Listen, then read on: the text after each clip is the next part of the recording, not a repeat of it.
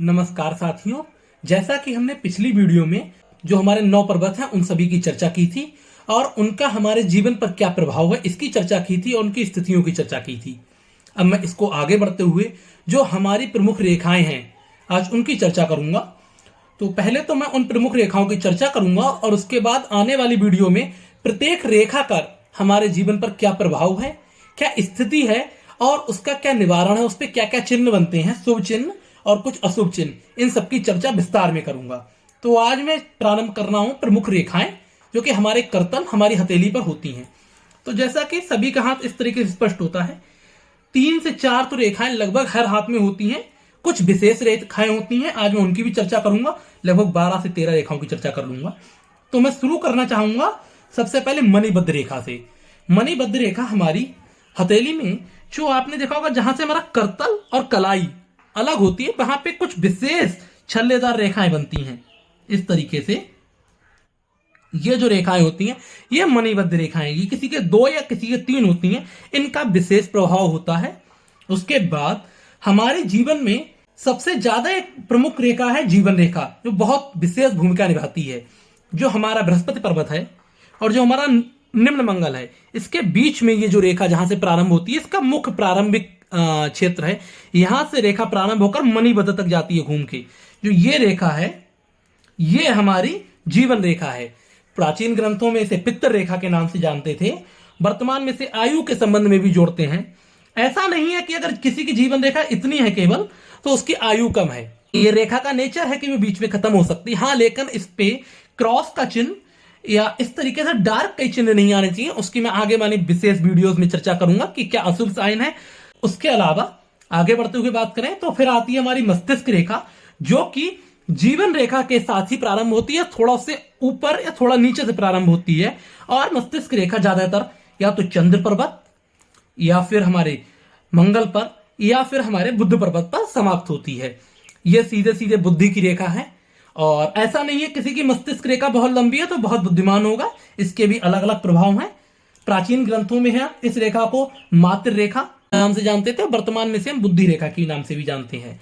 उसके अलावा हमारी जो चौथी विशेष रेखा आती है वो हृदय रेखा, तो ये हमारी रेखा है जो हमारे बुध पर्वत के नीचे से और उच्च मंगल के ऊपर से जो हमारे जहां से अलग हो रहा है, बीच से शुरू होती है, वह हमारी है हृदय रेखा, जिसको हम हार्ट लाइन भी बोलते हैं, लाइन ऑफ हार्ट भी बोलते हैं। ये हमारी विशेष तौर पर प्राचीन ग्रंथों में से आयु रेखा कहा जाता था। इस रेखा को हम आयु रेखा कहते थे। आज भी जब हम आयु की गणना करते हैं तो इस रेखा का विशेष ध्यान देते हैं कि यह किस पर्वत तक पहुंची है, किस क्षेत्र में पहुंची है। यह रेखा हमारी यहां से प्रारंभ होकर ज्यादातर शनि पर्वत या फिर बृहस्पति पर्वत तक पहुंचती है। यह हमारी आयु रेखा भी है और इसके जीवन में अनेकों परिणाम हैं ये। उसके अलावा हमारी जो 5वीं विशेष रेखा है वो है हमारी भाग्य रेखा। भाग्य रेखा जरूरी नहीं है कि हमेशा मणिबद्ध से प्रारंभ हो। ये चंद्र पर्वत यहां से भी प्रारंभ हो सकती है, यहां से जाते हुए शुक्र के क्षेत्र से भी प्रारंभ हो सकती है, बुध के क्षेत्र से भी, यहां से भी ये प्रारंभ हो सकती है, मंगल के क्षेत्र, किसी के मध्य राहु से भी ये प्रारंभ हो सकती है। उसके अलावा किसी के मणिबद्ध से शनि पर्वत तक पहुंचती है। मुख्यतः यह शनि पर्वत पे ही पहुंचती है, कई बार शनि पर्वत पे प्रारंभ होती है, कई बार यह त्रिशूल सा एक चिन्ह बना देती है। इस तरीके का कुछ जैसे मेरे हाथ में आपको दिख रहा होगा, ये यहां से प्रारंभ होकर ये हमारी भाग्य रेखा है। इसको वर्तमान में धन रेखा भी कहते हैं और यह बात सच्चाई भी है कि ये शनि हमारा धन का कारक है, ये हमारे भाग्य को दिखाती है, तो कह सकते हैं धन रेखा ही है। उसके अलावा एक विशेष रेखा होती है जो कि हमारे मध्य हाथ से शुरू होकर बुध पर खत्म होती है। ये चंद्रमा की तरफ के क्षेत्र या राहु के क्षेत्र या शुक्र के क्षेत्र से प्रारंभ होती है, कुछ इस तरीके से होती है। ये रेखा मेरे हाथ में भी है, आपको ये हल्की सी दिखाई दे रही होगी। ये रेखा विशेष रेखा है, इसको हम स्वास्थ्य रेखा कहते हैं। ये रेखा बहुत ही अजीब रेखा है। अगर ये रेखा हमारे हाथ में बहुत ही स्पष्ट है तब तो स्वास्थ्य बहुत अच्छा रहेगा, व्यक्ति का जीवन भर स्वास्थ्य अच्छा रहेगा, कोई से घातक बीमारी नहीं होगी। लेकिन अगर ये रेखा है और बहुत ही टूटी फूटी, बहुत सूक्ष्म है, तो ना होना ही इस रेखा का अच्छा है, क्योंकि फिर जीवन भर वो थोड़ा थोड़ा बीमार रहेगा। बिल्कुल नहीं है तो अभी ये रेखा बहुत अच्छी है, उस व्यक्ति के लिए नहीं होनी चाहिए। है तो बहुत स्पष्ट हो, टूटी फूटी ना हो, कटी फटी ना हो। ये स्वास्थ्य रेखा है, हथेली के बीच से या शुक्र के क्षेत्र से प्रारंभ होकर बुध के क्षेत्र तक जाती है। उसके अलावा पांचवी एक जो नेक्स्ट रेखा है वो विभा रेखा है। बुध के क्षेत्र में अक्सर यहाँ पे हमें 2, किसी के में 1 रेखा दिखाई देती है, लेकिन ये थोड़ी विवादास्पद रेखाएं हैं, क्योंकि 2 रेखाओं का मतलब कई लोग 2 शादियों से निकाल लेते हैं, ऐसा नहीं है। एक रेखा का मतलब कई लोग शादी से निकालते हैं, ऐसा नहीं है। कई बार हमने देखा है जो जन्म से बिल्कुल सांसारिक जीवन में नहीं है, उन्होंने कभी सांसारिक भोग जीवन का नहीं किया है, उनके भी हाथ में अक्सर रेखाएं होती हैं। तो कई बार इसे हम दीक्षा की भी रेखा कहते हैं, जो जन्म से ही एकदम संसार से अलग हो गया है और उसने कोई भी विवाह नहीं किया, उसके हाथ में भी रेखा पाई जाती तो हम इसको दीक्षा रेखा कहेंगे। गृहस्थ के हाथ में है तो हम इसको विवाह रेखा कह देते हैं। किसी के हाथ में नहीं है तब भी इसका मतलब ये नहीं उसकी शादी नहीं होगी, लेकिन जर्नली जो हम इसको पढ़ते हैं आज के समय में तो इसको विवाह रेखा से ही जाना जाता है। तो 2 रेखाओं का मतलब विवाह से नहीं है, कई बार 2 रेखाएं हमारे प्रेम को दिखाती हैं। मुख्यतः ये 1 रेखा पाई जाती है, लेकिन ऐसा नहीं है कि अगर ये 2 रेखाएं हो जाए तो ये हमारे 2 विवाह को दिखाती हैं, ऐसा नहीं है। उसके अलावा एक बहुत ही शुभ रेखा है जो कम हाथों में होती है, ये होती है सूर्य रेखा।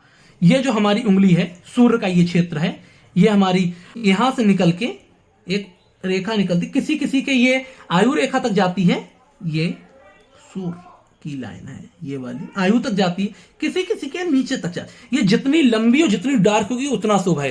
सूर्य रेखा हमारे यश को दिखाती है, इसकी मैं आने वाली वीडियो में चर्चा करूंगा। यह रेखा बहुत विशेष है, आप अपने हाथ में देखें और मुझे कमेंट में बताएं किन किन हाथों में है। उसके अलावा एक आता है शुक्र वलय। शुक्र वलय की विशेष स्थिति में बता देता हूं, कनिष्ठा और अनामिका यहां से, उसके अलावा मध्यमा और तर्जनी के बीच में एक छल्ला बनता है, इस तरीके का कुछ, ये छल्ला, ये बहुत ही विशेष हाथों में होता है, इसको हम शुक्र वलय के नाम से जानते हैं। बहुत ही कम हाथों में होता है। शुक्र जैसे प्रेम का कारक है तो ये भी प्रेम का ही कारक है, इसके कुछ विशेष प्रभाव होते हैं। उसके अलावा हमारे में मैंने मणिबद्ध रेखाओं की चर्चा करी ली थी। चंद्र रेखा, चंद्र रेखा चंद्रमा पर एक खड़ी लाइन होती है, यह भी विशेष सौंदर्य को दिखाती है, यह हमारा काव्य को दिखाती है, इसकी मैं चर्चा करूंगा।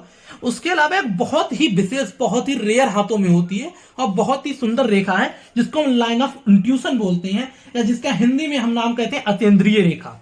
कुछ इस तरीके से निकलती है ये रेखा, बहुत ही रेयर है, बहुत ही कम हाथों में आपको देखने को मिलेगी, इसको हम अतीन्द्रिय रेखा बोलते हैं, लाइन ऑफ इंट्यूशन। ये जिन हाथों में होती है बहुत ही अच्छे भविष्यवक्ता, छठी इंद्री का ये काम करती है, उनको आगामी बातों का पता चल जाता है कि आने वाला क्या होने वाला है समय। ये छठी इंद्री है हमारी, लाइन ऑफ इंट्यूशन, बहुत ही विशेष रेखा है और बहुत ही शुभ रेखा है।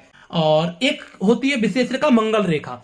मंगल रेखा की बात करूं तो कुछ इस तरीके से एक रेखा निकलती है, 1 हो सकती है, 2 हो सकती हैं, 3 भी हो सकती हैं। ये बहुत ही शुभ रेखाएं हैं, व्यक्ति के जीवन भर में कोई ना कोई उसके साथ में खड़ा रहेगा। उसके अलावा ये हमारी जो स्वास्थ्य रेखा है, जो हमारी जीवन रेखा है, उसमें एक सुदृढ़ता पहुंचाती है, एक और व्यक्ति हमारे जीवन में खड़ा रहता है। अगर हम थोड़ा बीमार रहते हैं तो ये उसमें सपोर्ट का रोल करती है, हम कभी अकेला महसूस नहीं करेंगे। उसके अलावा एक प्रमुख रेखा है राहु रेखा, जो शुक्र के क्षेत्र से निकलते हुए कई बार यहां तक आ जाती हैं। इनका होना इतना शुभ नहीं है, ये थोड़ा चिंता का सबब है। ये राहु रेखाएं हैं, किसी किसी हाथ में बहुत ज्यादा दिखाई देती हैं, हमारी पूरी जीवन रेखा को काट देती हैं और हमारी भाग्य रेखा को छूती हैं। राहु रेखाएं हैं, ये हमारी प्रमुख रेखाएं सारी हो गई जिनकी मैंने चर्चा की थी। इन रेखाओं के अलावा एक बृहस्पति पर भी रेखा पाई जाती है, जो इतनी प्रमुख नहीं है, इसकी मैं बाद में चर्चा कर लूंगा। इसके अलावा मैं आपको बताना चाहूंगा कौन सा हाथ देखे। मुझे कमेंट सेक्शन में पूछा था कि मुझे कौन सा हाथ देखना चाहिए। ज्यादातर अगर हम मेल की बात करें, पुरुष की बात करें, तो हमें अपना राइट हैंड देखना चाहिए, सीधा हाथ देखना चाहिए। महिलाएं अपना अपोजिट लेफ्ट हैंड या उल्टा हाथ देख सकती हैं, लेकिन कई बार हमारे सीधे हाथों पर कुछ विशेष चिन्ह होते हैं, जो जैसे हमारी मान लिया अगर जीवन रेखा कट गई है, जो अच्छे चिन्ह नहीं है, शुभ अशुभ चिन्ह है, तब हम अपना दूसरा हाथ देखकर भी ये पता कर सकते हैं। अगर उसी जगह दूसरे हाथ में भी वहीं पे कट का निशान है तो ये दिखाता है कि हमारे जीवन में समस्या आएगी। अगर ऐसा नहीं है तो समस्या बहुत हल्के से निकल जाएगी। तो मैंने बता दिया, मेल को राइट हैंड, फीमेल्स को अपना लेफ्ट हैंड देखना है। आशा करता हूं आपको ये सीरीज अच्छी लग रही होगी। आने वाली वीडियो में इन सारी रेखाओं की मैं विशेष चर्चा करूंगा। हर वीडियो में एक रेखा को लूंगा, उस पर शुभ चिन्ह, उनका क्या जीवन पर प्रभाव है, इनका विशेष चर्चा करूंगा। अगर आपके हाथ में आपको ऐसी रेखाएं दिखाई देती हैं, उनका प्रभाव दिखाई देता है, तो आप कमेंट सेक्शन में बताएं। और अपने प्रश्न है तो उनको कमेंट सेक्शन में छोड़ें। और प्लीज चैनल को लाइक करें, शेयर करें और सब्सक्राइब करें। धन्यवाद।